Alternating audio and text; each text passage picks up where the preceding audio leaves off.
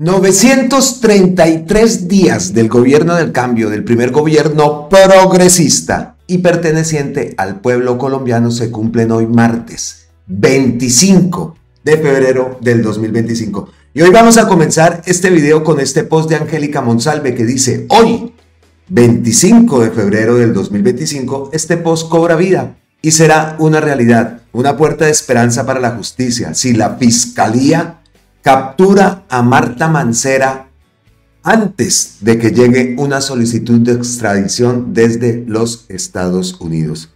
Como te dije, Mancera, si vas a huir de la justicia, hazlo ya, porque de esta no te salvas. Ojea, pero de que llega, llega.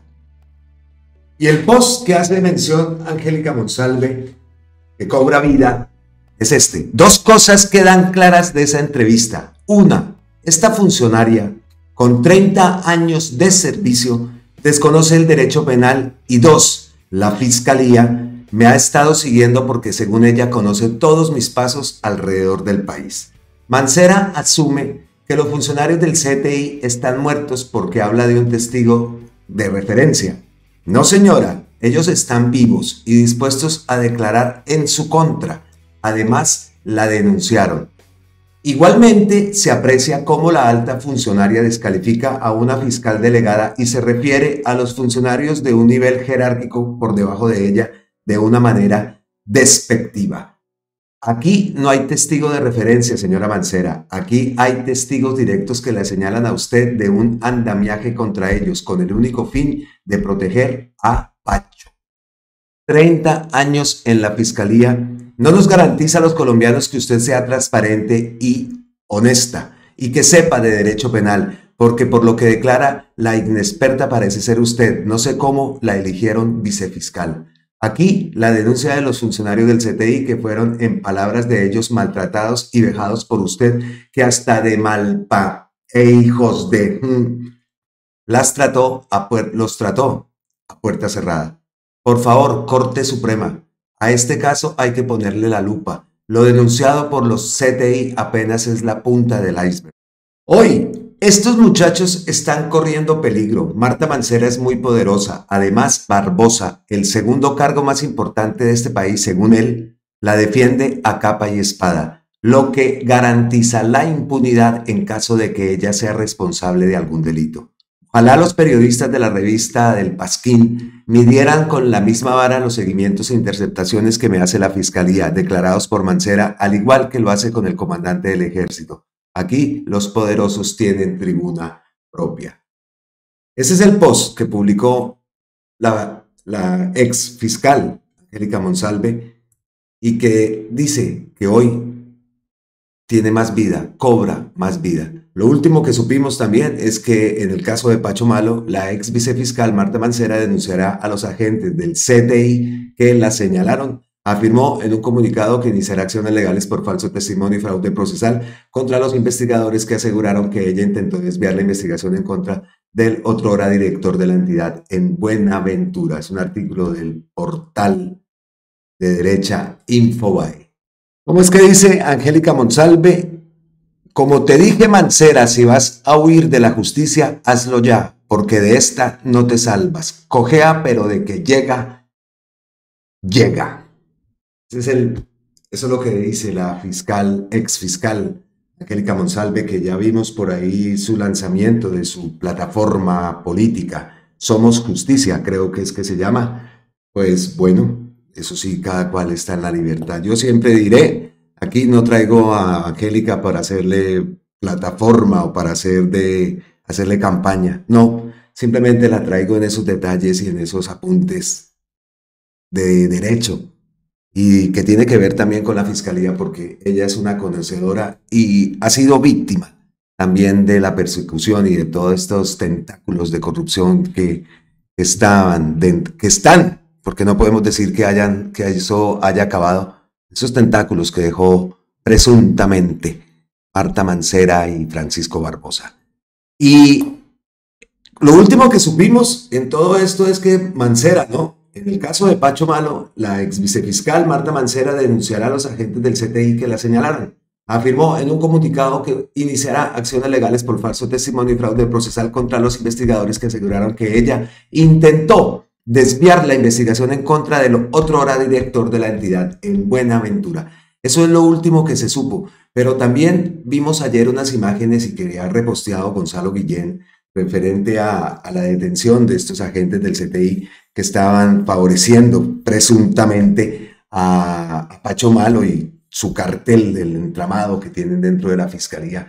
Pues Gonzalo Guillén publicó: Juan Camilo López y Víctor Forero, par de rufianes del CTI, presos por sus vínculos con el cartel de Pacho Malo y Marta Mancera, se burlan abiertamente de las acusaciones en su contra y el juez se los permite. Veamos esto. Pablo Bolaños, Padre González y incluso con el fiscal Jaime Campo se pusieron de acuerdo para entregarlo el 20 de abril. Por consiguiente, la copia de ese informe se le entregó a la policía judicial del caso, que para ese momento era Juan Camilo López, pero con la participación de Víctor Forero, lograron que no llegara a las carpetas o a la carpeta propiamente dicha del 55, ni del 14. ¿Y por qué no llegó? Porque es que inició la indagación, por eso lo referí, por el anónimo que curiosamente inició investigación contra Pablo Bolaños y contra Fabio, y los capturan 20 días después del anónimo, 24 días después, y ellos en ese... Increíble, ¿no? Acostumbrados a que se pasan por el forro la justicia, todo. Vamos a ver qué ocurre en este caso. Listo, vimos que esa publicación, ese video lo publica Gonzalo Guillén en su cuenta de Twitter, de X, pues... ¿Cómo no? Seguimos acá enviándole nuestro mensaje de solidaridad a Gonzalo Guillén, pero no sabíamos las fechas o cuándo es que se tenía que cumplir ese arresto que le ha ordenado un juez. Pues ya hay fechas. ¿Y cómo nos gustaría ver de verdad ese momento de Gonzalo Guillén entrando a la casa de Nariño? Sería con la maletica, o no sé si, claro, llevará pues ropa para 3 días, porque según lo que confirma Gustavo Bolívar, confirmado, miércoles 26, jueves 27 y viernes 28. Esos son los días que Gonzalo Guillén pernoctará en la casa de Nariño, gracias a la invitación que le hiciera el presidente Gustavo Petro a pagar su arresto domiciliario. Una gloria del periodismo, no merece menos. Y como lo digo, a mí me encantaría ver a don Gonzalo entrando a la casa de Nariño. Vamos a ver qué sale, ¿no? ¿Qué escrito sale, qué publicación sale después de esa experiencia que va a tener Gonzalo Guillén y también el propio Gustavo Petro de tener a una gloria del periodismo, tenerlo ahí, ¿no? Ya está bueno de tanto de esa banda de Daniel el Travieso y toda esa gente que ahorita veremos cosas, pero nos encanta que don Gonzalo Guillén, pues cumpla ese arresto domiciliario en la casa de Nariño en compañía de Gustavo Petro y unas conversaciones, unas tertulias que me imagino que serán enriquecedorcísimas. Bueno, entonces, confirmado, miércoles 26, jueves 27 y viernes 28, los días que Gonzalo Guillén pernoctará en la casa de Nariño. Gonzalo Guillén le respondió a Gustavo Bolívar ese post y dice: gracias por sus palabras. Iré a todos los arrestos que quieran darme, pero no me callarán.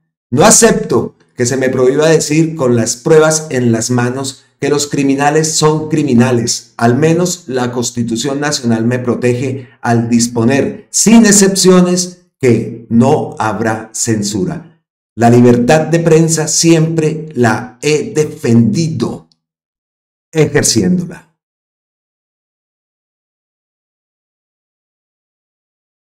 Esas fueron las palabras del gran Gonzalo Guillén. Pues listo, ya está confirmado, ya está dicho que va a asistir, que aceptó la invitación del propio Gustavo Petro, pues entonces ya solo nos resta esperar, ver ese momento de la llegada de Gonzalo Guillén a la casa de Nariño, si es que se presenta algún video, alguna imagen, y después, ¿no? Me imagino que alguna columna publicará en su portal La Nueva Prensa o algún escrito o algo. Seguramente algo muy enriquecedor, como lo dije anteriormente, nos espera después de este arresto domiciliario que cumplirá Gonzalo Guillén en la Casa de Nariño. Bueno, hablamos y vimos también en este post a Gustavo Bolívar y tenemos que irnos ahora con la renuncia que presentó el gran Gustavo Bolívar, pues la renuncia a Prosperidad Social. Escuchemos el video que publicó en su cuenta de X. Buenas noches. Ha trascendido hoy una noticia en la prensa nacional según la cual yo renunciaría a Prosperidad Social para después anunciar mi candidatura presidencial. Pues la verdad es la siguiente: yo renuncié el 10 de febrero, de acuerdo con la solicitud que nos hizo el señor presidente de la República de que todo el gabinete presentara la renuncia. Entonces la quiero leer y al finalizar les cuento la segunda parte de la decisión. Señor Gustavo Petro Urrego, presidente de la República de Colombia, ciudad, respetado presidente y amigo. De acuerdo con su solicitud, presento mi renuncia protocolaria al cargo de director general del Departamento Administrativo para la Prosperidad Social, a fin de que usted tenga libertad de reorganizar su gabinete ministerial. Estoy sumamente agradecido con la oportunidad que me ha brindado de dirigir una de las entidades más grandes del Estado. Han sido 11 meses de entrega total a la causa de trabajar por los más pobres de nuestro país y con orgullo y humildad debo decirle que junto con mi equipo de trabajo nos hemos esmerado por cumplir su programa de gobierno. Los resultados hablan por sí solos. En los casi 50 consejos de ministros a los que he asistido con entusiasmo, he aprendido como nunca de su visión de estadista y hombre universal. No me cabe duda de que Colombia no se equivocó cuando le entregó en las urnas un mandato claro para dirigir los destinos de esta grandiosa nación. Vuelvo a las calles a difundir y a continuar su legado, a luchar al lado de las bases por la consolidación del partido único, a defender nuestra obra de gobierno y a buscar que el pacto histórico refrende en las urnas la continuación de este proyecto, porque cualquiera entiende que no es fácil cambiar en 4 años un país sumido por décadas en la miseria y la desigualdad, la corrupción en todos los niveles y la violencia estructural. Un país manejado por mafias de toda índole, un país con una clase política arrodillada al gran poder económico, un país con un Congreso que no representa al pueblo sino a intereses particulares. Presidente, esta Colombia que usted recibió en cuidados intensivos está cambiando. Los 1.6 millones de personas que han salido de la pobreza, los 2.5 millones de personas que han salido de la inseguridad alimentaria, los 3,1 millones de viejos y viejas que verán triplicado el monto de su bono pensional y las casi 500.000 familias campesinas a las que nuestro gobierno les ha entregado tierras, cifras que sin duda van a mejorar al final de su mandato, quedan como testimonio fehaciente de la consolidación de su lucha y del cambio definitivo de este país. Como se lo expresé en el Consejo de Ministros el 4 de febrero, pase lo que pase, siempre estaré a su lado, porque mi amor por esta causa y por usted no nacen de un interés personal, sino por el anhelo que me embarga, porque los más sufridos de esta nación, entre los que me conté alguna vez, puedan comer 3 veces al día, beber agua potable, tener oportunidades laborales y de educación, y llorar de alegría, ojalá pronto, por la llegada de esa paz tan esquiva, pero tan necesaria. Dios lo siga bendiciendo y le dé sabiduría suficiente para saberse rodear de personas probas y honestas durante los 18 meses que le quedan de gobierno. Con afecto y respeto, Gustavo Bolívar Moreno. Es decir, sí, tengo una carta de renuncia radicada en presidencia, pero no es nuevo, esto fue hace 2 semanas, es decir, desde el 10 de febrero el presidente de la República tiene en sus manos mi carta de renuncia, solo que a la fecha no he recibido todavía una respuesta de su parte. Y de esa respuesta depende mucho la segunda noticia que anda circulando, de si seré o no candidato presidencial. La probabilidad es alta, les soy sincero, especialmente por los resultados de las encuestas que vienen creciendo desde el mes de octubre, cuando tuve al comienzo unos 4 puntos, después pasé a 6, en otras encuestas 9 y ya, bueno, 10 y en la última casi 12, 11, 9 exactamente. Y también en las encuestas internas que han realizado diferentes encuestadoras que me ponen a mí como, digamos, la persona con mayor probabilidad de ganar la consulta frente a compañeros y compañeras del pacto histórico. De todas maneras, lanzar una candidatura presidencial es algo muy serio. Yo tengo que hablar con mi familia, tengo que hablar con asesores, que tengo amigos también de la vida. Sin embargo, como les acabo de decir, dependo también de esa charla con el presidente de la República, que se tendría que dar sí o sí estos días. Todo a su tiempo, cada día lleva su afán. Por ahora sigo aquí, si el presidente me lo permite, hasta el 5 de marzo. Si él quiere, me quedo un poco más. Depende de esa charla. Bueno, gracias, por favor, circular este video. Pues según entonces lo que escuchamos en el video, vamos a esperar. No nos queda de otra ese encuentro de Gustavo Bolívar y Gustavo Petro. ¿Qué decisión se va a tomar respecto al DPS? A mí me preocupa. Bueno, claro que me imagino que esto quedará cubierto. El tema de los PAS, de los puntos de abastecimiento solidario que se van a ubicar en muchas partes. Son 100 PAS que va a montar, pues, prosperidad social. Entonces eso es lo que nos preocupa. ¿Qué va a pasar con los PAS? Como lo digo, obviamente esto quedará cubierto. Imaginamos, ¿no?, que así sea, porque ha sido una de las promesas del gran Gustavo Bolívar.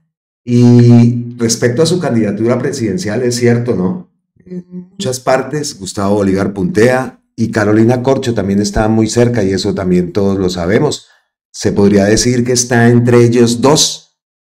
Carlos Caicedo también aparece en muchas quinielas. En fin, vamos a ver también, esto es algo que también debemos definir, esa consulta, cómo se va a llevar a cabo, quiénes son las personas que van a participar, la formación de las listas al Congreso. Entonces, pues, esperar, pero estamos hoches para este tema. Ya vemos que los otros ya están en campaña. La Innombrable no para, Fajardo también lo vemos por ahí, y otros haciéndole el favor, por supuesto, a Fajardo, al uribismo, porque eso es lo mismo. Eso definitivamente es lo mismo. Nos estaban encontrando este fin de semana por allá en Antioquia. Pues hablando entonces de candidatos, Carolina Corcho, también hemos estado muy pendiente de Carolina, y me encantó un lanzamiento que se produjo este fin de semana. Por si no lo saben, Carolina estuvo en el lanzamiento de la Escuela de Formación Política hacia una agenda de transición democrática. Muchas gracias a Cali y el Pacífico colombiano por ser el escenario para relanzar la construcción de un liderazgo colectivo de hombres y mujeres de Estado que persistan y continúen la transformación de Colombia hacia la paz y la justicia social. Ni un paso atrás. Y aquí vemos a la gran Carolina Corcho en medio de la inauguración, del lanzamiento de esa Escuela de Formación Política, como lo dijimos, en la ciudad de Cali.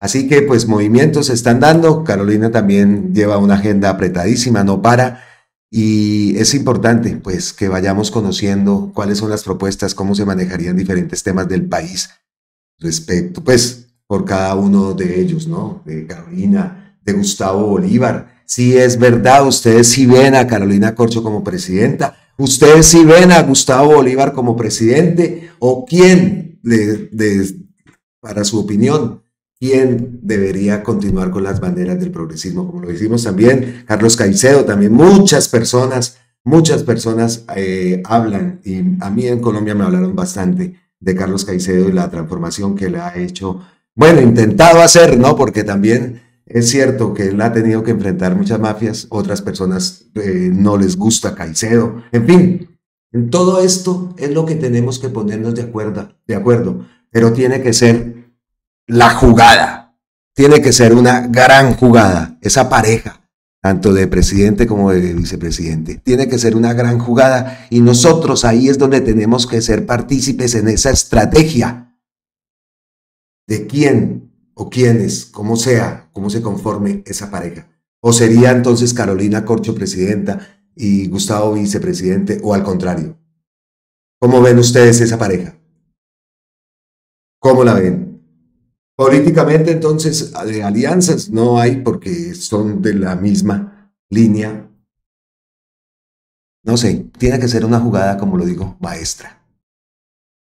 No podemos fallar. Bueno, continuando con los temas que traigo aquí en nuestro video, pues como siempre, ¿no? Llevamos 933 días y por supuesto, tenemos que seguir todos los días desmintiendo a esos medios en Colombia, a esos medios oligárquicos, ¿no? Es como les dicen, como se les dice.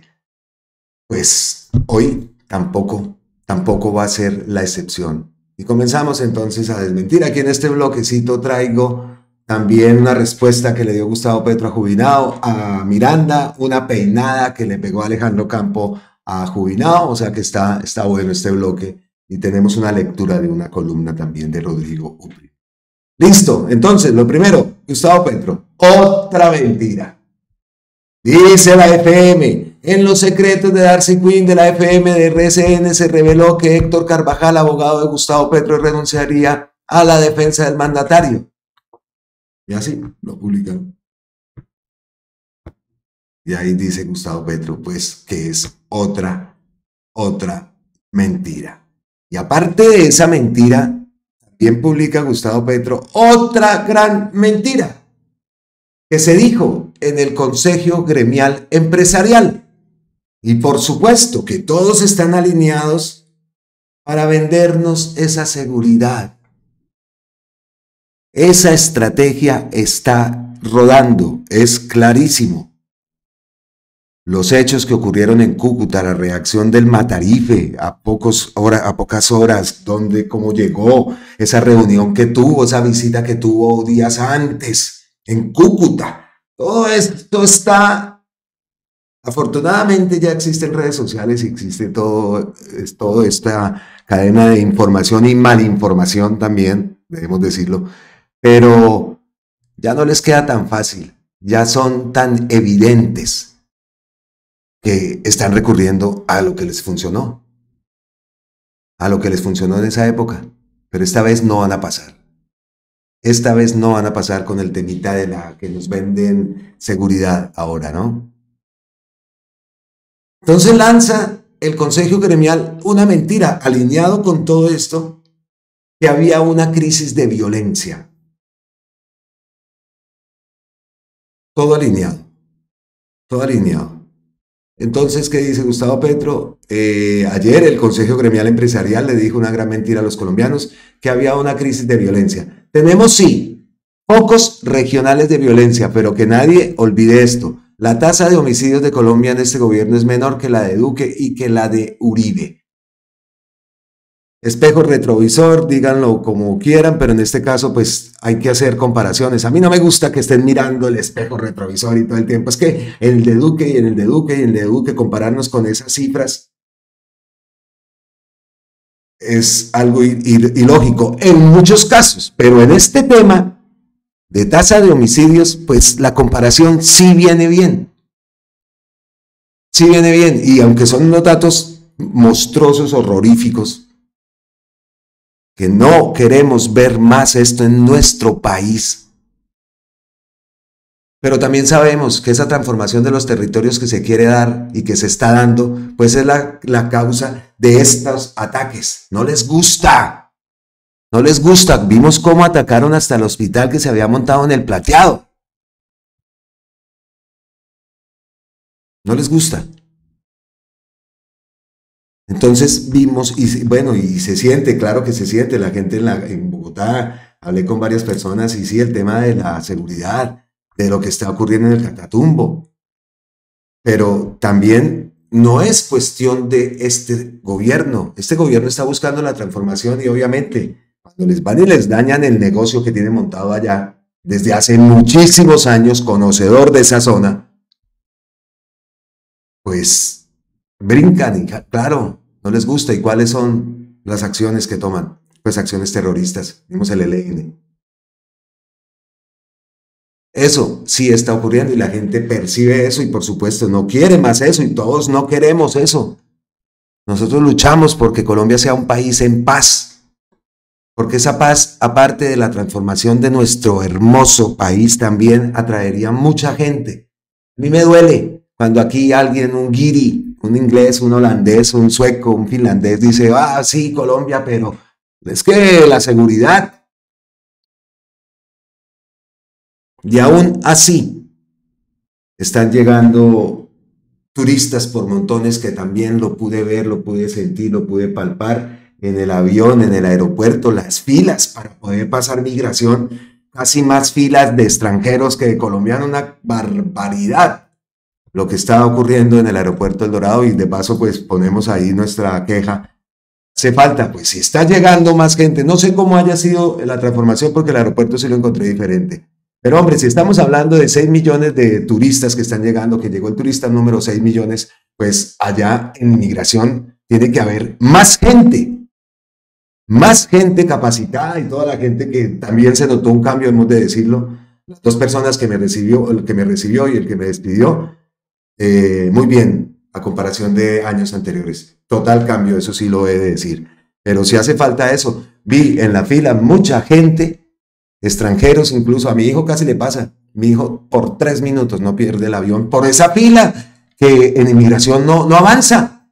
No avanza. Y así le tocó, y yo vi la gente saltándose las filas para poder, porque llevaban 1 hora y pico metidos en esa fila de migración y no se avanzaba, y el avión ya les iba a salir.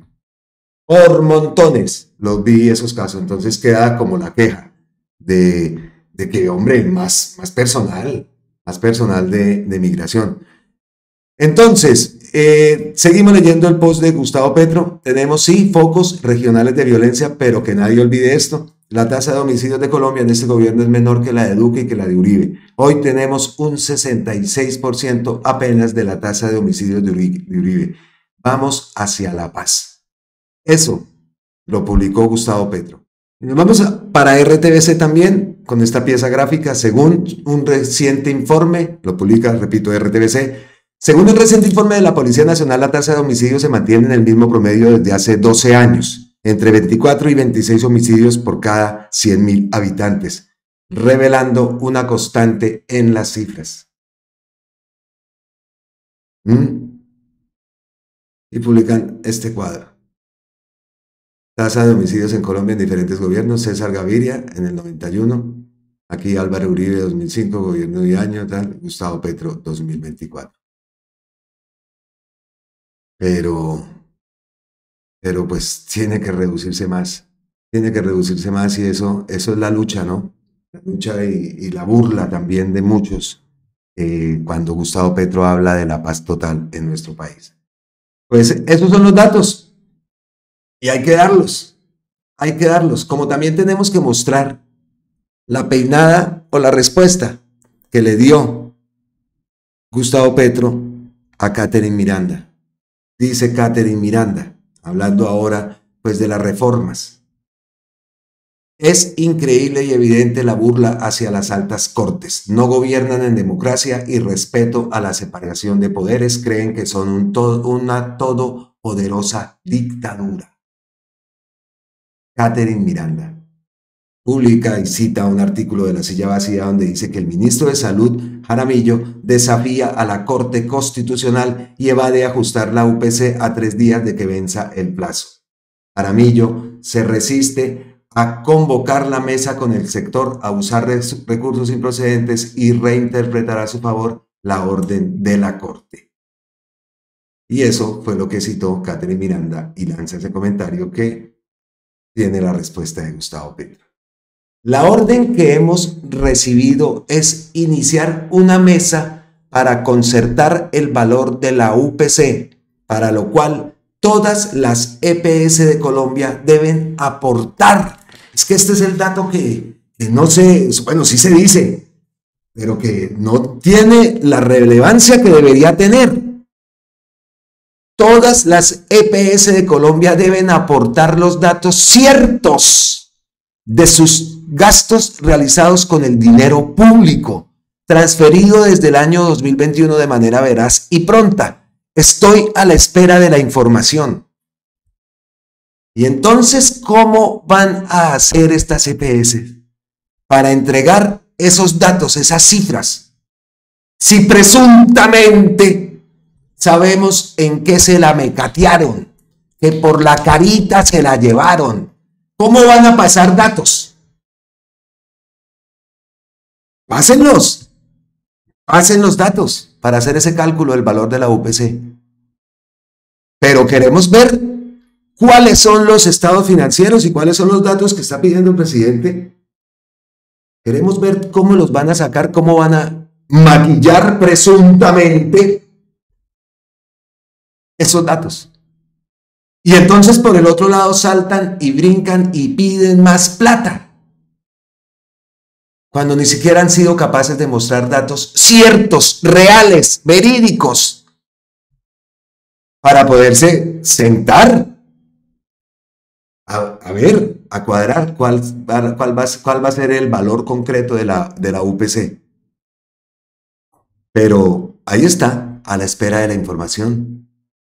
Y le dice Gustavo Petro a Miranda: usted, representante, debería ayudarnos en vigilar que no haya existido irregulares con el uso del dinero público, porque su función constitucional como parlamentaria es velar por el dinero de todas las y los colombianos. Así es. Esa es la función como parlamentaria, ¿no? Función constitucional. Pero ahí no se cumple, ¿no? En ese caso sí no. Es que queremos ver los datos. ¿Cuáles son los datos? Y aquí no vengan a hablar de poderosa dictadura, una todopoderosa dictadura. Claro, están en campaña. Y lo decimos porque, bueno, ahora les muestro. Sí, por acá, espere que tenía algo acá. Esto. Catherine Miranda, Catherine Jubinao serán fórmula para el Congreso. Y allá las veremos. Esa gente les vota, ponen a las maquinarias de de todos esos partidos, pues, de derecha. Y allá están, eso no le importa nada. No le importa otra cámara más, un Senado y la isla, ¿no? Y la otra ya sabemos qué clase de personaje terminó siendo. Ahí están, ya están en campaña. Están en campaña. Y lo que se viene de mentiras, eso no va a tener, no lo hemos visto, no va a tener precedentes en la historia de Colombia. Lo veremos y lo veremos. Así como también veremos la estocada al uribismo. La veremos. Y la llegada de Diego Marín. Esa llegada también. Ojalá se dé pronto, porque queremos saber la verdad, saber muchas verdades que ya se han soltado por ahí, indicios, incluso hasta Gustavo Petro, Andrés Pastrana. Y si de Miranda hablábamos, pasamos ahora a Jubinao. Peinada magistral, dice Juan Camilo, Juanca el Broqui. Peinada magistral de Alejo Campo, la defensora de la CPS, Katy Jubinao. Nosotros tenemos credencial de representantes a la Cámara porque el pueblo colombiano nos escogió. Así a muchas no les guste. Tenemos el mismo derecho que quienes defienden la CPS y quieren que la plata de la salud se la sigan robando. Exigimos que se debata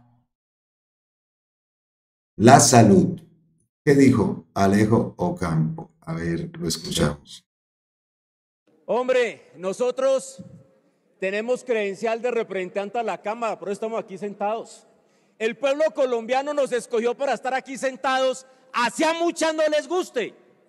Y tenemos el mismo derecho que las congresistas que quieren hacerle favor a la CPS y a esta plenaria. Tenemos el mismo derecho que los y las que defienden las CPS aquí y quieren que la plata de la salud se la sigan robando. Tenemos el mismo derecho a estar expresados en el orden del día. Es que la doctora Jubinao seguramente, como es costumbre, no leyó tampoco que esta bancada firmó esa ley y que estamos discutiendo proyectos de congresistas y que tenemos el derecho a exigir que se discuta un proyecto de ley firmado por nosotros. No tenemos que pedirle permiso a usted, doctora Jubinao, discúlpeme. Usted puede seguir haciendo los mandados de las EPS que quiera, pero nosotros tenemos el derecho a defender el pueblo colombiano. Nosotros tenemos el derecho de exigir que se debata salud. La semana pasada estamos insistiendo varios congresistas, con mi colega David y otros, en presentar proposiciones para incluir la reforma a la salud en el orden del día de la plenaria de la Cámara y avanzar en su debate. De tal manera que se han presentado varias proposiciones nuevamente hoy para solicitar la modificación del orden del día, de tal manera que el punto último de proposiciones pase a ser de los primeros, en este caso el tercero, y que de esa manera pueda discutirse la proposición donde pedimos a la plenaria que le solicite a la mesa directiva que incluya en el orden del día la reforma a la salud. Mientras que las EPS siguen dominando, intermediando los recursos, le siguen negando hasta ahora a miles de colombianos y colombianas los medicamentos, las atenciones en salud, mientras ellas se siguen llenando los bolsillos. Aquí hay una oposición que pretende seguir saboteando la reforma y no hay que permitirlo. Invito a votar a favor de esas proposiciones. Increíble, increíble. Y esto que denuncia Alfredo Mondragón, en Colombia lo vi.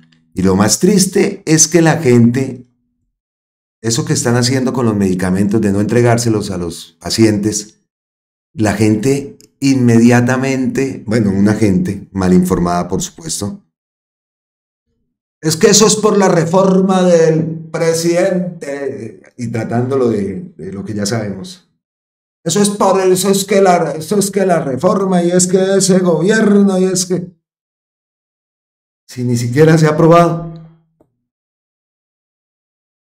Dice Heráclito Landines: lo que están haciendo con el debate de la reforma a la salud los vicepresidentes abiertamente opositores, Jorge Rodrigo TV, ese es el hijo de Jorge 40, y Lina María Garrido, de Cambio Radical, es inconstitucional. No firmar el orden del día para evitar que se dé la discusión solo porque no les gusta la reforma va en contra de los principios democráticos de cualquier parlamento del mundo. Palabras de Heráclito Landines. Y del no debate a la reforma a la salud, lo acabamos de escuchar. Vamos ahora a la reforma pensional. Estamos pendientes de la decisión de la Corte Constitucional. Y aquí Gustavo Petro ha posteado lo siguiente: con mucha sabiduría jurídica, el constitucionalista Uprimni desmonta con argumentos la tesis de la irregularidad por ausencia de debate de la aprobación de la reforma pensional. Recordemos que este es uno de los argumentos que están expuestos en esa demanda que instauró Paloma Valencia. Entonces, los argumentos que desmontan la tesis de irregularidad por ausencia de debate de la aprobación de la reforma pensional, cuando lo que ha existido es un debate de 2 años profundo y extenuante de la reforma en la opinión pública, en el Congreso y en particular en la Cámara y en su último debate en Cámara. La Cámara, al adoptar el texto del Senado en su último debate y su reglamento se lo permite, impidió que se formara un comité de conciliación entre la Cámara y el Senado por presentar textos distintos, convocado exclusivamente por Iván Name, que jamás Name, el subyúdice de corrupción, iba a convocar. El sabotaje de la oposición a las reformas presentadas por el gobierno no ha sido argumentativo, sino puro y simple filibusterismo, una práctica parlamentaria de obstrucción que ojalá la Corte Constitucional no legitime, porque acabaría con la función del Congreso y lo degradaría. El filibusterismo es una práctica rechazada en todos los parlamentos del mundo, porque acaba con el debate democrático propio de cualquier Congreso. Ponerse a gritar desesperadamente durante horas para impedir una votación que la mayoría quiere votar no es democracia, solo es falta de ideas y un golpe antidemocrático contra el Congreso de la República y contra el pueblo. Que un solo congresista como sería en este caso Iván Name, o como ahora la vicepresidenta de la Cámara, impidiendo el debate y la decisión de la mayoría, es un golpe contra la democracia en su principio más básico.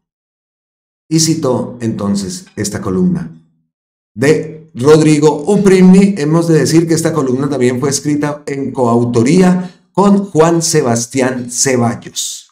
Entonces el título de la columna escrita para La Silla Vacía ¿Es inconstitucional la reforma pensional por falta de debate? 1. La teoría, que revisa la justicia constitucional en el procedimiento legislativo. Como lo ha dicho la propia Corte en numerosas oportunidades, en especial a partir de la sentencia C737 de 2001, el control judicial del procedimiento legislativo no pretende detectar cualquier clase de irregularidad o de infracción al reglamento del Congreso, sino verdaderos vicios de procedimiento, o sea, infracciones que resulten especialmente graves. La justicia constitucional colombiana no presenta en esto ninguna singularidad. En realidad, desde su texto clásico de 1928, el creador de los tribunales constitucionales, Hans Kelsen, se preguntaba si la anulación de una ley por irregularidades procedimentales debía limitarse a aquellas esenciales. Y diferentes tribunales alrededor del mundo han sostenido que no cualquier ilegalidad en el procedimiento legislativo acarrea la invalidación del acto. Mencionemos solo algunos ejemplos. Los tribunales constitucionales de Italia y Alemania juzgaron que debían definir la validez de las leyes por violación de los reglamentos parlamentarios, sino solo por la transgresión de la Constitución, como lo ha sistematizado el profesor del externado Alfonso Palacio Torres en su libro Concepto y Control de Procedimiento Legislativo. En cambio, el Tribunal Constitucional Español reconoce que los vicios de procedimiento pueden originarse en la vulneración de la Constitución y los reglamentos parlamentarios, pero solo en la medida en que se afecte el proceso de formación de la voluntad es en el seno de las cámaras. En Colombia, esta distinción entre irregularidades que no son esenciales y que las que sí lo son, vicios, tiene al menos dos fundamentos. Uno, es el gran valor que posee en una democracia la expedición de cualquier ley por cuanto es necesario agotar un complejo proceso colectivo de varios años, compuesto por campañas electorales, elecciones, conformación de equipos, preparación de los proyectos, aprobación de los proyectos. Para echar abajo este formidable esfuerzo colectivo debe tratarse de irregularidades particularmente importantes.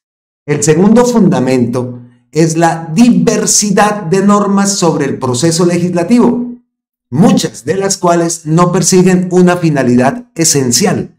Por ejemplo, algunas son puramente protocolarias, como las que disponen que las sesiones del Congreso las instale y clausura el presidente.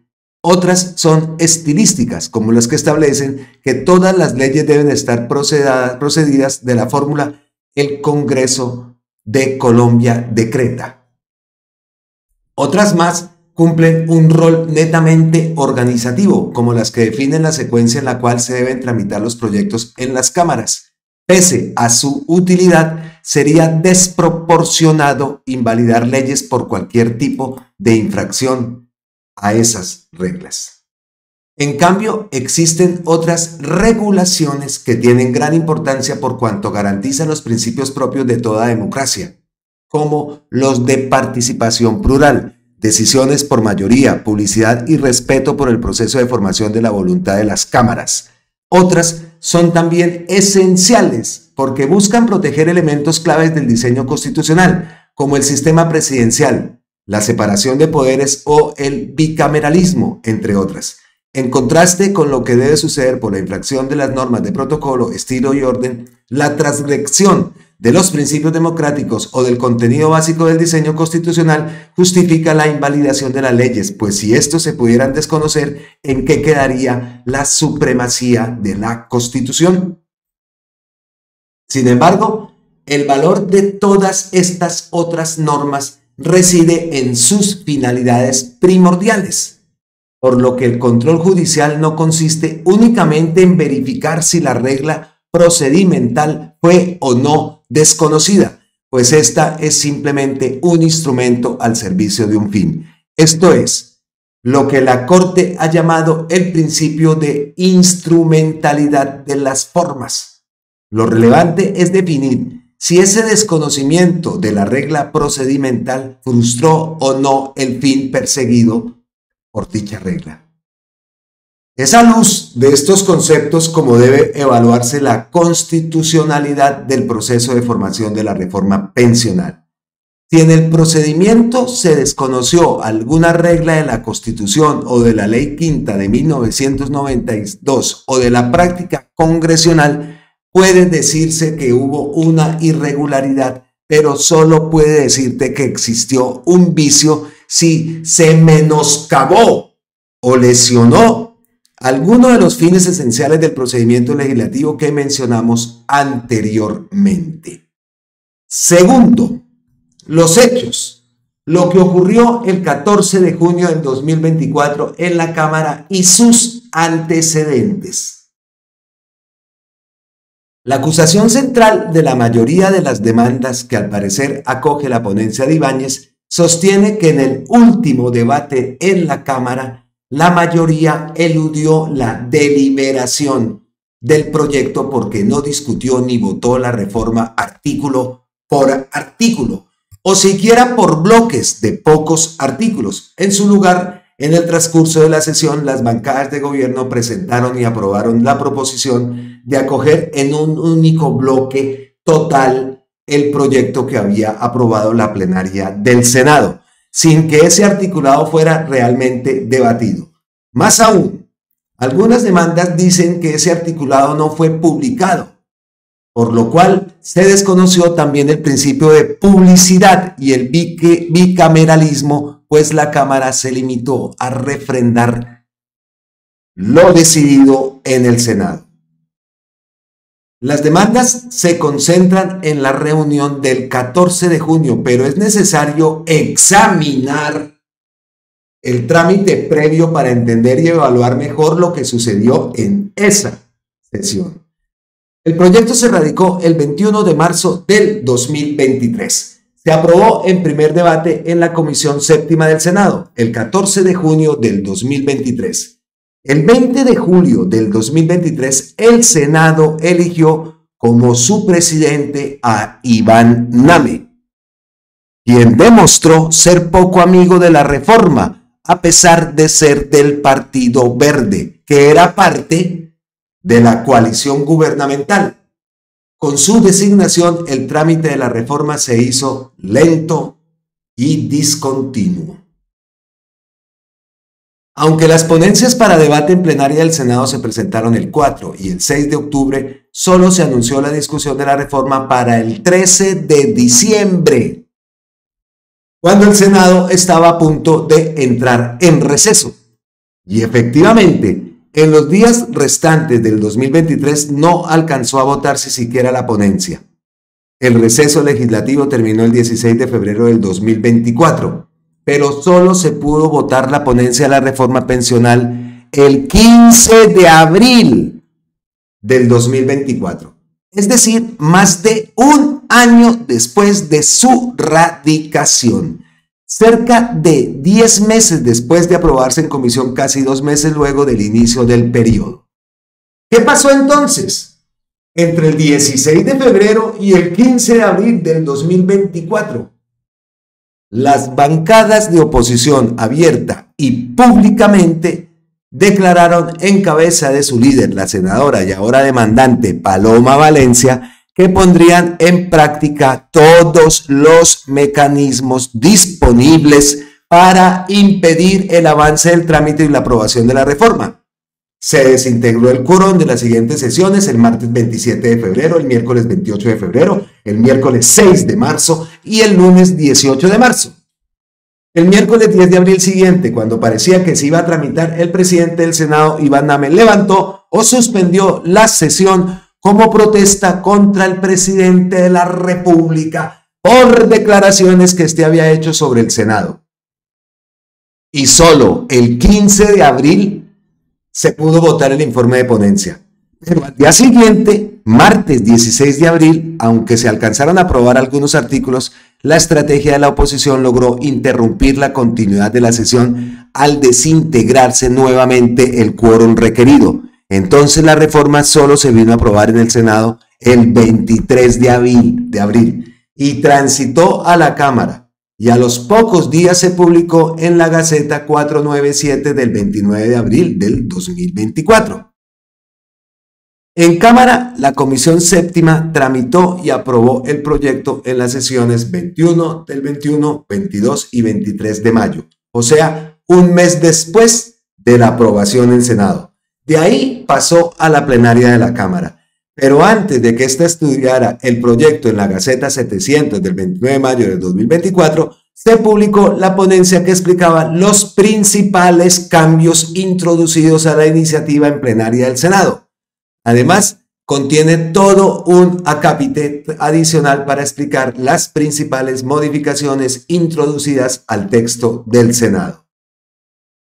Entonces, en la plenaria de la Cámara el proyecto se iba a comenzar a tramitar el 11 de junio, pero la oposición logró desintegrar el quórum y no se avanzó en el trámite. Los días 12, 13 y 14 de junio, aunque la plenaria de la Cámara tramitó el proyecto, fueron sesiones en que hubo un despliegue sistemático de actos para ralentizar el procedimiento.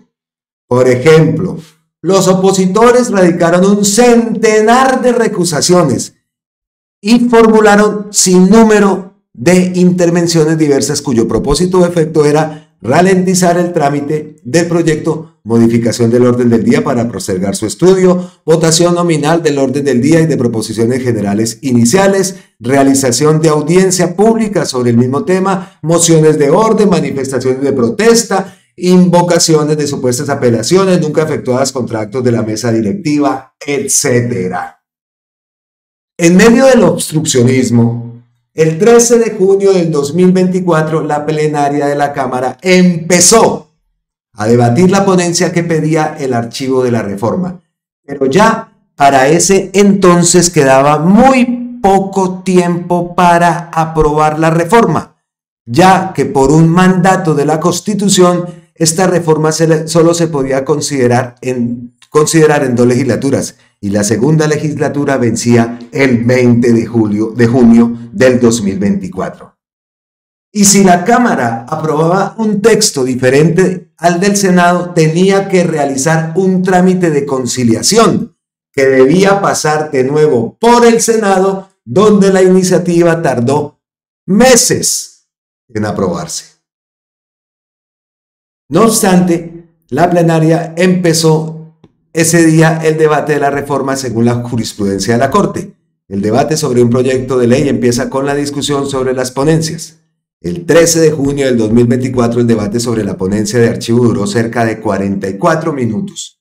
Tras su derrota se debatió la ponencia positiva, que proponía tramitar la reforma pensional por cerca de 2 horas y 5 minutos, y ahí concluyó el debate ese día, por lo que la plenaria debatió el proyecto materialmente cerca de 2 horas y 49 minutos. En la plenaria del 14 de junio del 2024 se reabrió el debate. El presidente de la sesión se comprometió a debatir cada uno de los artículos del proyecto por separado, así como las proposiciones formuladas. Luego, durante la sesión, el secretario mencionó una proposición de algunas representantes para que ciertos artículos 3, 4, 7, 11, 18, 19, 25, 38, 64, 65, 71, 76, 78, 93, 94 y 95 fueran sometidos a una discusión de forma individual. Pero esa proposición se votó en conjunto con otras y fue negada. Después empezó la discusión del articulado, con la deliberación acerca de algunas proposiciones para debatir y votar primero la entrada en vigencia del sistema y solo después el resto del articulado. Pero esta proposición condujo a un debate de fondo sobre si Colpensiones estaba preparado para implementar el sistema en 2025 o si se necesitaba posponer la entrada en vigor del sistema. Negada esta proposición, se discutieron y aprobaron 6 artículos, 51, 62, 66, 68, 84 y 88. Y luego se debatieron diversos puntos de fondo como el impacto fiscal del proyecto de ley. Y entonces vino un hecho fundamental para el proceso ante la Corte. Cuando habían transcurrido 2 horas y 55 minutos aproximadamente del comienzo del debate en la sesión del 14 de junio, el secretario de la Cámara leyó la proposición de acoger el texto aprobado por la plenaria del Senado, que se había publicado en la Gaceta 497 del 2024. Allí se abrió un debate sobre esta proposición. Ese debate duró cerca de 50 minutos, hasta que un representante manifestó estar en desacuerdo con esta proposición y pidió declarar la suficiente ilustración, la cual fue aceptada por la mesa directiva. Acto seguido, la plenaria aprobó la proposición de acoger el texto del Senado. Las bancadas de gobierno explicaron esta decisión como una reacción a las estrategias dilatorias de la oposición. Tercer punto, la valoración. Hubo irregularidad, pero no hubo vicios. Las demandas y al parecer la ponencia de Ibáñez consideran que la sesión del 14 de junio habría incurrido en 3 vicios que llevarían a la inconstitucionalidad de la ley 2381. Desconocimiento de la bicameralidad, violación del principio de publicidad y suspensión o elusión del debate democrático. Examinaremos brevemente los 2 primeros, pues consideramos que es fácil mostrar que no existieron. Por el contrario, el tercero plantea una discusión más compleja y lo analizaremos de forma separada. Es claro que no viola la bicameralidad, que una Cámara decida en plenaria aprobar en forma idéntica el texto de la otra, incluso si esa decisión busca exclusivamente evitar una conciliación. La razón es obvia, es discrecionalidad de cada Cámara decidir si acoge o no integralmente el texto de la otra. Lo importante es que esa decisión se haga con la debida publicidad y debate. Por eso la Corte ha avalado en muchas ocasiones que una Cámara mantenga el texto de la otra Cámara. Así lo hizo, por ejemplo, la sentencia C-1047 del 2005, que declaró exequible el acto legislativo que autorizó la reelección inmediata del presidente. En esa ocasión, la Cámara adoptó idéntico el texto proveniente del Senado. A fin de evitar una conciliación, la Corte avaló el procedimiento por cuanto consideró que hubo la debida publicidad y debate. Algo similar ocurrió en la sentencia C-415 del 2020, en la cual la Corte juzgó constitucional el plan de desarrollo del gobierno Duque, pese a que el Senado a última hora acogió el texto aprobado en Cámara.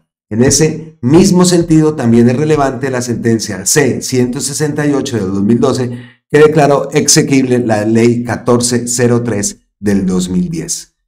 La afectación del principio de bicameralidad surge entonces si la decisión de la plenaria de adoptar el texto de la otra Cámara se hace sin publicidad ni debate, con lo cual este presunto vicio de violación de la bicameralidad aparece asociado a los otros 2, supuesta falta de publicidad y debate, que entramos a analizar.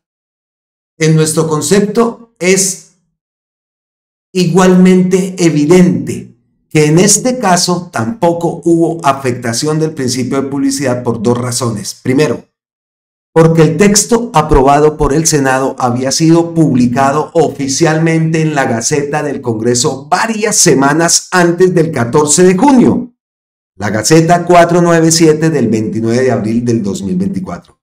Y segundo, por cuanto además la ponencia ante la plenaria de la Cámara, que en principio proponía algunos cambios frente a lo aprobado en el Senado, explicaba en qué consistían esencialmente esas modificaciones, con lo cual daba nuevamente publicidad al texto aprobado en el Senado. En efecto, en la sentencia C-415 del 2020, la Corte aceptó que el Senado acogiera el texto del Plan de Desarrollo de Duque, aprobado hacía poco por la Cámara, porque se cumplió la publicidad en tanto se explicaron esencialmente las diferencias entre lo que estudiaba el Senado y texto aprobado por la Cámara. Todos los integrantes de la Cámara tuvieron entonces amplia posibilidad de conocer el texto que iba a ser ratificado, que es lo que exige este principio. La anterior explicación muestra que este caso es distinto de los mencionados en varias demandas, como precedentes supuestamente aplicables y que son también referidos por Germán Vargas Lleras en su columna este domingo en El Tiempo, como la sentencia C481 del 2019, C074 del 2021, que declararon inexequibles leyes que una Cámara adoptó al texto integral de la otra. En realidad, no son precedentes aplicables, pues la Corte constató en esos fallos que los congresistas de la Segunda Cámara no tuvieron ninguna oportunidad de conocer el texto. La razón: esas leyes habían sido aprobadas en primer debate en sesión conjunta de ambas comisiones, por lo cual ambas plenarias sesionaron de manera separada pero casi simultánea. La Corte concluyó entonces que no se respetó el principio de publicidad, pues el texto aprobado por la otra plenaria no se publicó en la Gaceta, no se leyó, no se explicó debidamente, tampoco se publicó ni distribuyó en físico, y no surtió ningún otro mecanismo aceptable de publicidad.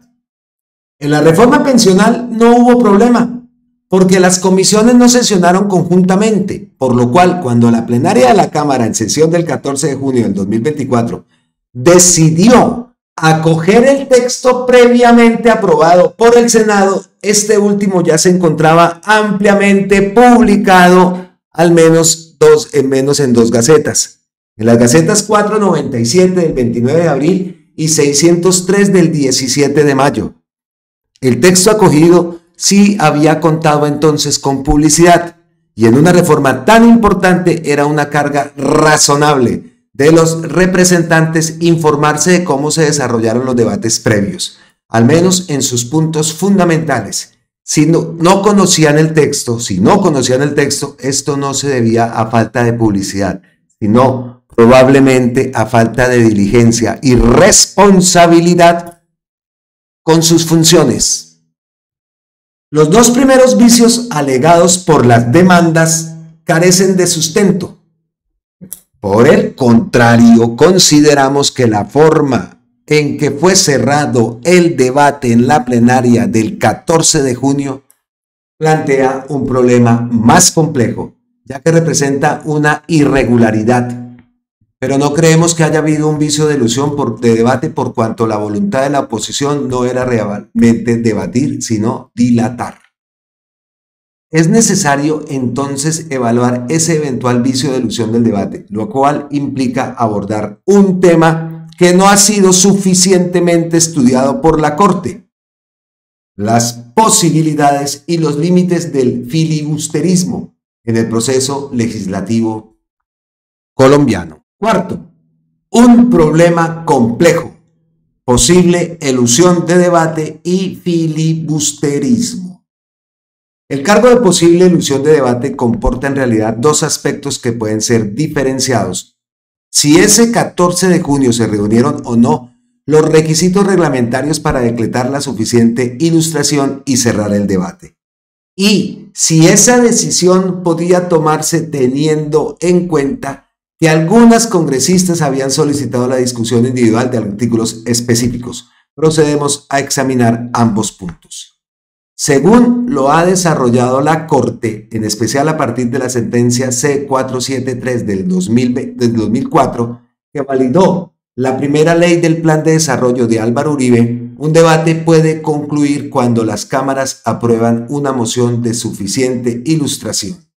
Esta moción puede recaer sobre todo un proyecto y no únicamente sobre los artículos individuales, por lo cual puede poner término a todo el debate del acto, siempre y cuando la comisión o la plenaria lo aprueban debidamente después de que hayan transcurrido al menos 3 horas de debate y aunque todavía haya oradores inscritos. La descripción que hicimos de los hechos nos permite concluir lo siguiente: si se suman los tiempos de debate de las ponencias en la sesión del 13 de junio con los tiempos de debate del articulado en la sesión del 14 de junio, como lo admitió la Corte al declarar exequible la reelección, el resultado es que la plenaria debatió por cerca de 6 horas y 34 minutos antes de que se propusiera la suficiente ilustración. Si no se suman estos tiempos, sino que se considera solo la duración del debate en la plenaria del 14 de junio, entonces habrían transcurrido 3 horas 45 minutos de debate antes de que se formulara la moción de suficiente ilustración, lo cual también bastaba para decidir la suficiente ilustración. La plenaria cumplió entonces formalmente con el supuesto legal para declarar la suficiente ilustración y esa proposición procedía, aunque hubiera oradores inscritos. Por ese lado formal no hubo entonces siquiera una irregularidad. Por el contrario, consideramos que fue más problemático que al adoptar esa moción de suficiente ilustración y cerrar el debate, la mesa directiva impidió el debate de algunos artículos, a pesar de que algunas representantes lo habían solicitado formalmente y la mesa en principio lo había aceptado. Al menos desde la sentencia C-155 de 1998, la jurisprudencia ha distinguido entre la solicitud de discusión de artículos por separado y aquella de votación de artículos por separado. Luego, en la sentencia C-044 del 2015, la Corte precisó que en plenarias el proyecto se discutirá globalmente, salvo que se pida la discusión separada de alguno o algunos artículos, caso en el cual es preceptivo tramitar de este modo la deliberación de aquellos artículos en relación con los cuales así se haya solicitado. Según esta doctrina, si se pide la discusión por separado de artículos, esta petición debe ser respetada por la mesa directiva. Con fundamento en esa discusión puede aducirse una posible irregularidad en la plenaria de la Cámara, pues hubo al menos una solicitud para que los artículos 3, 4, 7, 11, 18, 19, 25, 38, 64, 65, 71, 76, 78, 93, 94 y 95 fueran sometidos a una discusión de forma individual. Según la lectura del secretario de la Cámara, esa solicitud que tenía carácter preceptivo fue desconocida cuando fue aceptada la proposición de acoger el texto aprobado por el Senado.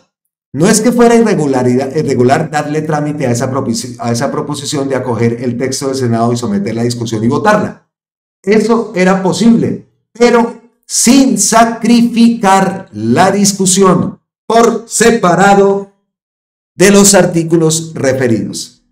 La mesa directiva ha debido ordenar la discusión, primero de la viabilidad de la proposición y en ese contexto disponer que para acoger el texto del Senado se discutieran por separado los artículos señalados y quizá también otros. En vez de eso, lo que siguió a la lectura de la proposición fue una sucesión de intervenciones de protesta y de defensa sin un orden de discusión sobre la materia que debía aprobarse. Y en la práctica, esto sepultó el pedido de votar ciertos artículos por separado. Por eso consideramos que hubo irregularidad al impedir la discusión por separado de los artículos solicitados por algunos representantes.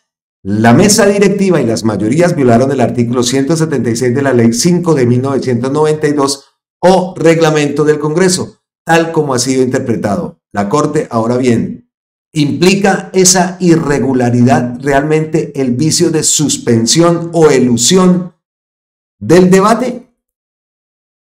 No tendríamos duda que esa irregularidad configuraría ese vicio en otro contexto. Por ejemplo, que ocurriera cuando había aún mucho tiempo para que el proyecto fuera aprobado, o que el riesgo de hundimiento de la reforma por falta de tiempo se debiera a la propia desidia de las mayorías.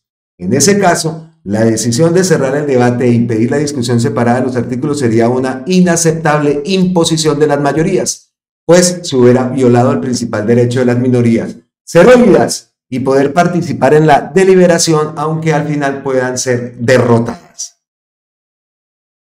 El presente caso es muy distinto, pues como lo documentamos en los hechos, hubo una obstrucción sistemática por parte de la oposición, que reconoció que no solo usaría, sino que en cierta forma abusaría de todos los medios reglamentarios para evitar que el proyecto avanzara.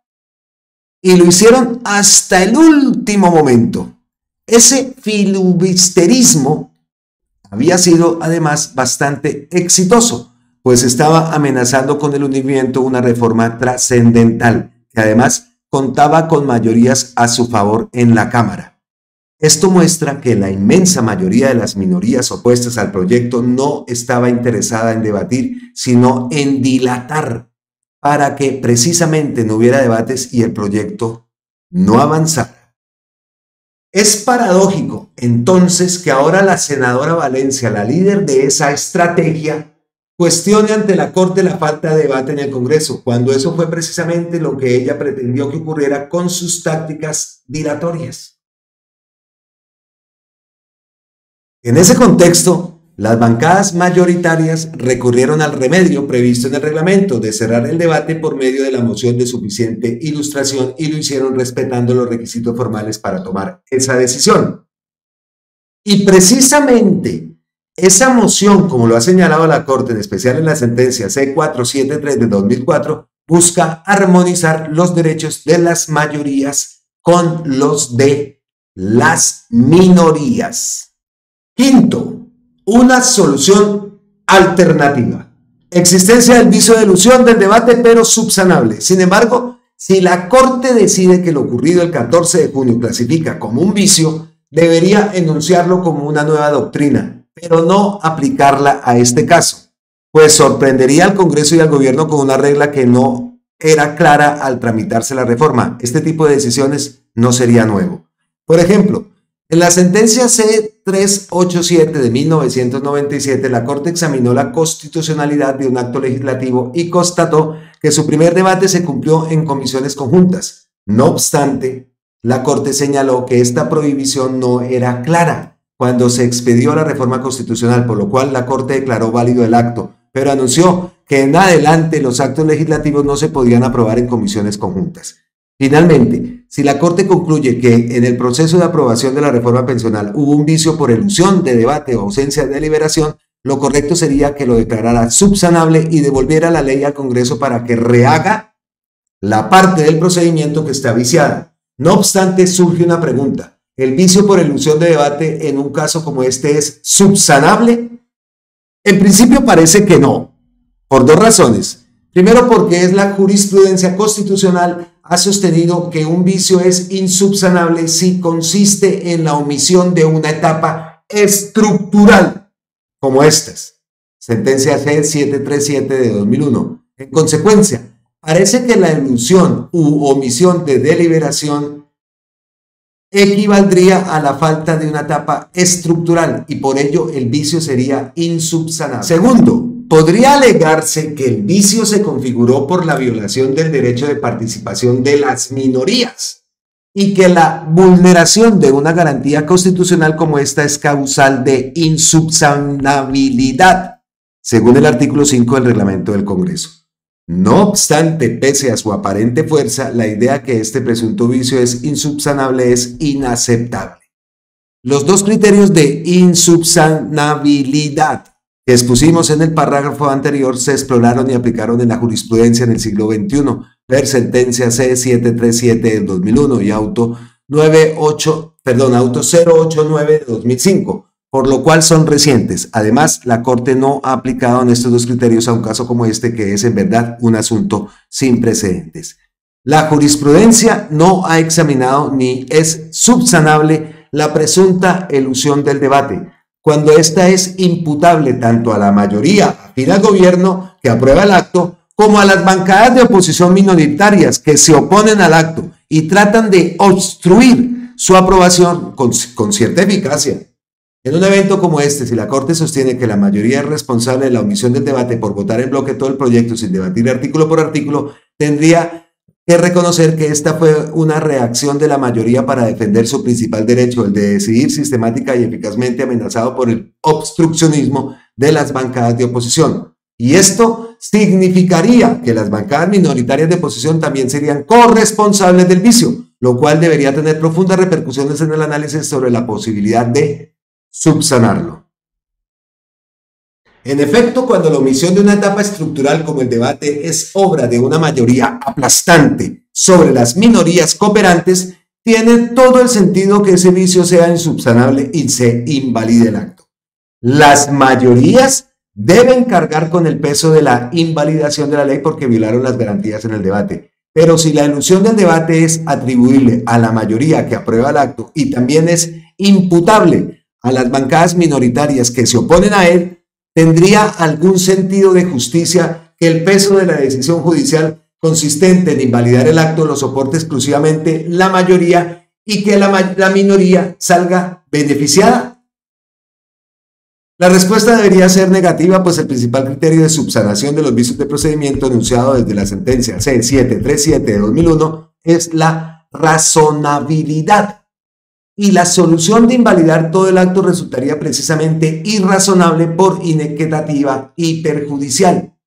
Si quien debe soportar esa consecuencia es solo uno de las fuerzas productoras del vicio y no la otra. Cuando las faltas de deliberación dentro del procedimiento legislativo son imputables genuinamente a varias fuerzas políticas en conflicto, la equidad y la razonabilidad obligan a la justicia constitucional a tomar las decisiones de tal manera que no sea una sola de esas fuerzas la llamada a soportarla. Por lo tanto, para solucionar un caso así, la devolución del acto a la plenaria de la Cámara para que rehaga el debate resulta apropiada, ya que ambas fuerzas obtendrían cargas y beneficios. La mayoría tendría que rehacer el debate, pero al menos no le invalidaron el acto. La minoría no obtiene la invalidación que buscaba, pero al menos recupera la posibilidad de debatir qué reclamo en el proceso legislativo y luego en el proceso ante la Corte. Y esta posibilidad de subsanación, además de que responde a la singularidad del caso, no desdibujaría las otras líneas de la jurisprudencia constitucional porque el vicio se produjo en el último debate, no en sus primeros debates, ni a lo largo del trámite. Conviene resaltar que no hay objeciones procedimentales a los otros 3 debates de este proyecto. No se me vayan, ya sé que está un poco largo, pero está bastante interesante este artículo, ¿no? Tenemos que tener conocimiento de qué es lo que va a pasar, qué es lo que pasa, cuáles son los vicios. A mí en lo personal me parece muy bueno el artículo. Por algo lo reposteó Gustavo Petro y tenía toda la razón. Bueno, continuamos entonces. Si la Corte concluye que el vicio es subsanable, entonces debe devolver la ley al Congreso para que lo subsane, pero mientras tanto la ley mantendría su vigencia. Al retornar la ley al Congreso, la Corte tendría que definir ciertas reglas de juego de la subsanación, entre ellas el plazo con el cual contaría el Congreso para subsanar el vicio. Según la Ley Quinta de 1993, Decreto 2067 del 91 y la jurisprudencia constitucional, ese plazo sería hasta de 30 días hábiles, dado que acá el supuesto vicio sería responsabilidad compartida de la mayoría y de bancadas minoritarias de oposición. Lo correcto sería entonces darles el término máximo, o sea, 30 días hábiles, y si después de subsanado el vicio, el Congreso tiene que agotar otras etapas, estas se sujetarían a un término propio y autónomo que tendría que definir discrecional pero razonablemente la Corte. Una vez subsanado el vicio, la ley debe volver a la Corte para que ésta decida sobre su exequibilidad. Aparte, como el sistema pensional aún no ha entrado en vigor, si se cambian algunas de sus normas a causa del debate de subsanación, no habría una afectación general de la seguridad jurídica. Es cierto que algunas normas y medidas ya están vigentes y que su eventual modificación en la subsanación podría tener ciertos efectos en la seguridad jurídica. Sin embargo, estos efectos no acarrearían una inseguridad mayor que la derivada de una invalidación total e inmediata de toda la ley. Ahora bien, aunque el sistema aún no esté vigente, está próximo a entrar en vigencia el 1 de julio del 2025.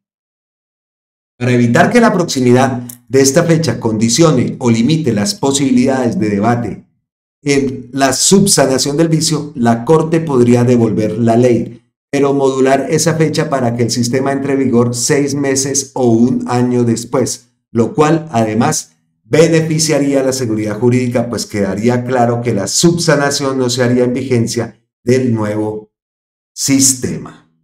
Sexto punto, ya es el último. El debate que le falta a la pensional. Todo lo anterior nos lleva a pensar que a la reforma pensional no le hizo falta el último debate en el Congreso, como equivocadamente lo sostienen algunas demandas, y al parecer lo acoge la ponencia que estudia la Corte. Si es que acaso le faltó un debate en el Congreso, esa omisión no debería conducir a la inconstitucionalidad de la ley, sino a devolverla a la Cámara para que subsane el vicio, y entonces la ley necesitaría al menos un mes de debate más en el Congreso. Pero como quedó claro en todo lo que hemos expuesto, este es un caso difícil que requiere una especial deliberación política y constitucional y que no tiene ningún precedente aplicable. Por eso hace falta un debate democrático por fuera del Congreso, una audiencia pública en la Corte, en la cual nosotros y otro que acaso piensen distinto podamos desarrollar estos y otros argumentos. Concluimos entonces con la reiteración de nuestra respetuosa solicitud a la Corte para que se celebre una audiencia pública en este proceso. Sería paradójico que la Corte tumbara la reforma pensional por una supuesta suspensión del debate público en el Congreso, pero le negara al país la posibilidad de que hubiera una audiencia pública para debatir la constitucionalidad de esta reforma. ¡Guau, guau, guau! Creo que aprendimos bastante leyendo esta columna de Rodrigo Uprimni, publicada en La Silla Vacía, de Rodrigo Uprimni, pero que también tiene una coautoría de Juan Sebastián Ceballos. Decimos entonces, escrita para La Silla Vacía. Entonces no es tan descabellada, ¿no? Lo hicimos en un video hace pocos días, esa jugada de Gustavo Petro pidiendo una audiencia pública. Ahí está. Y lo que dice al final del artículo es totalmente cierto. Sería increíble. A ver, acá.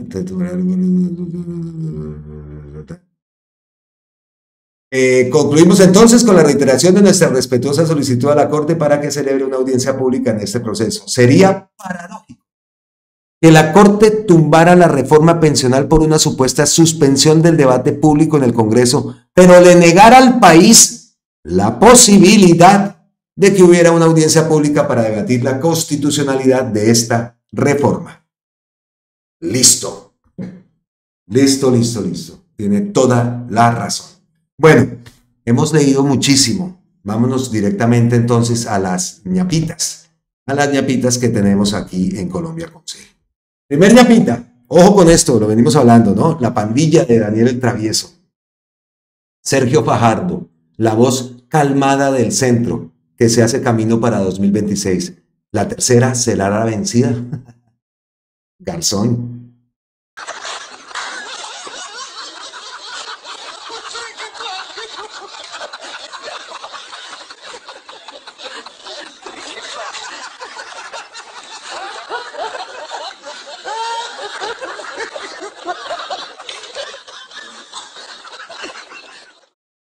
Ay Dios, pero mucha risa, pero cuidadito, que ya lo vimos por allá reuniéndose con el Matarife. Mucho cuidado con ese par, este Fajardo y la Claudia López, mucho cuidado. Mañapitas, ofensiva ordenada por el presidente Petro en el Catatumbo deja 45 laboratorios de polvo blanco destruidos por la fuerza pública. Nos quedamos solamente con el titular, hemos alargado bastante el video con la lectura de Rodrigo Uprimni. ¿Y qué más ñapitas tenemos? Y acá la vemos, 45 laboratorios de polvo blanco destruidos por las fuerzas militares y por esa ofensiva ordenada por el presidente Gustavo Petro. ¿Qué más tenemos aquí? Aquí tenemos a la capturada Teresa Jaramillo Giraldo por presunto nexo con el Clan del Golfo, junto con un tal Fico Gutiérrez y con el otro Andrés Julián Rendón. Vea las amistades. Ay, qué bonito, ¿no? ¿Van a empezarla a negar? Eso seguro. Traemos a Juan David Pedraza ya para cerrar este video. Sandra Ramírez, ¿cómo estará de mal Colombia que Jaime Gilinski aumentó su fortuna bajo el gobierno de Gustavo Petro? ¿Qué dirá Vicky Dávila, María Fernanda Cabal y los otros tantos opositores al saber que Gilinski es el más rico? Eso de que Petro odia al empresario se les estalló en la mano. Bueno, independientemente del comentario, la noticia es esta, ¿no?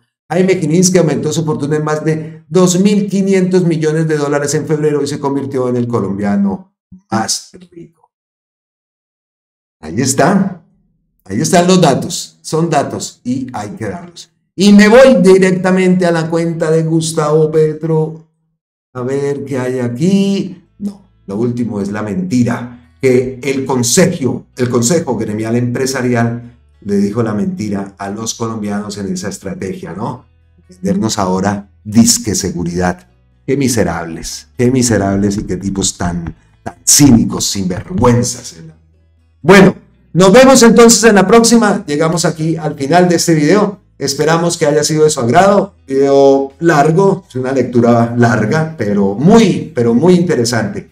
Así que espero que les haya gustado, que hayan entendido, que me haya hecho entender leyendo, y nos vemos en la próxima. Abrazos ancestrales desde la distancia. Como siempre, millones de gracias a todos ustedes. Los invito a que se suscriban al canal.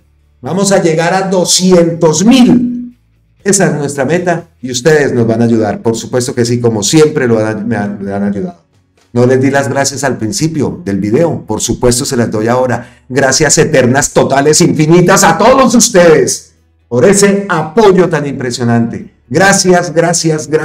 Y nos vemos en la próxima, aquí, en Colombia con C de cambio, con C de campesinos, con C de Catatumbo, con C de convención, con C de Cali, con C de Colombia, carajo, y con C de ¿cómo te extraño, Colombia? ¿Cómo te extraño? Pero la moral está muy alta.